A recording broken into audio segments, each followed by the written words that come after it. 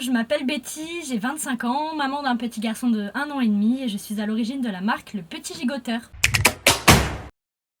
C'est une marque de rallonge de body éco-responsable pour bébés.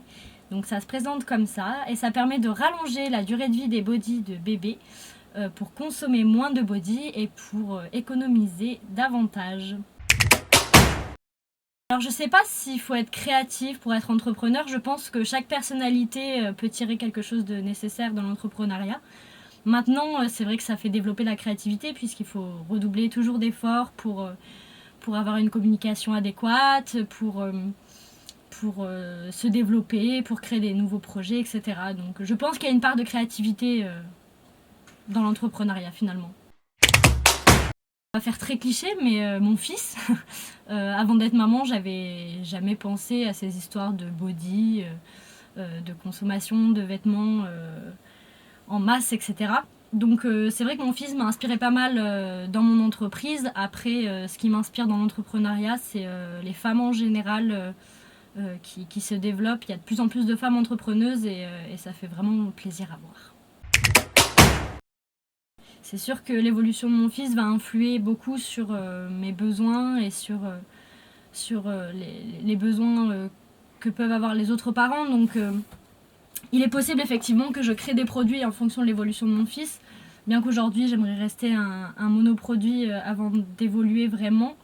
Mais oui, c'est certain que avec l'évolution de mon fils, je vais découvrir de nouveaux besoins. En fait, j'ai pas vraiment de journée qui se ressemblent. Globalement, mon fils part à la crèche le matin. Moi, je vais travailler du coup dès qu'il part, donc vers 8h15, 8h30. Du coup, des fois, c'est des journées plutôt communication, marketing, etc. Plus sur l'ordinateur, de la mise en ligne de produits et voilà, vraiment plus, on va dire, du travail de bureau. Et puis parfois, c'est des journées où je passe ma journée à coudre, à couper du tissu, à coudre des étiquettes. La procrastination. J'ai tendance à vraiment procrastiner, surtout les choses importantes. Je sais pas si c'est de peur d'évoluer ou... Je sais pas. J'ai tendance à procrastiner, ça a toujours été mon cas. Moi, je fais partie de la team, vous voyez, je fais ma dissertation la veille au soir pour le lendemain, quoi. C'est possible que j'y aurais cru. J'ai toujours été assez indépendante et j'ai toujours aimé créer par moi-même. Donc je sais pas, petite, assez tôt j'ai voulu travailler dans le cinéma. C'est une filière que j'ai complètement déviée depuis. Mais j'ai toujours été un peu créative et je pense que ça ne m'aurait pas tant étonnée que je parte faire mon propre chemin à un moment donné. Ouh là là, oui, alors là, je pense que tout entrepreneur a eu à un moment donné un gros coup bas et qui a fait remettre en question toute l'existence de l'entreprise. Moi, en l'occurrence, c'était pour des problèmes de fournisseurs, de boutons pression. Je me suis dit, mais je vais jamais m'en sortir, quel casse-tête, parce que donc sur chaque body bébé, c'est des dimensions différentes, il fallait que ça coïncide, enfin voilà, un vrai casse-tête.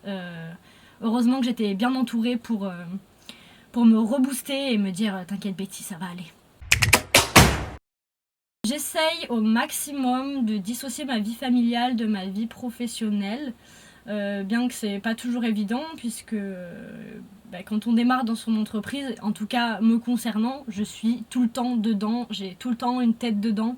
Le soir quand je me couche, je continue à travailler, enfin c'est assez intensif. Maintenant, j'essaye de passer un maximum de temps avec mon fils. Une fois qu'on est parti, de toute façon, on n'a pas vraiment le choix.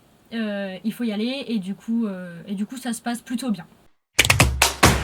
On n'est pas un précis, mais je dirais que savoir s'écouter et suivre ses instincts, c'est hyper important en auto-entreprise pour pouvoir suivre le bon chemin, suivre les bonnes personnes, avoir confiance aux bonnes personnes et savoir s'entourer comme il le faut.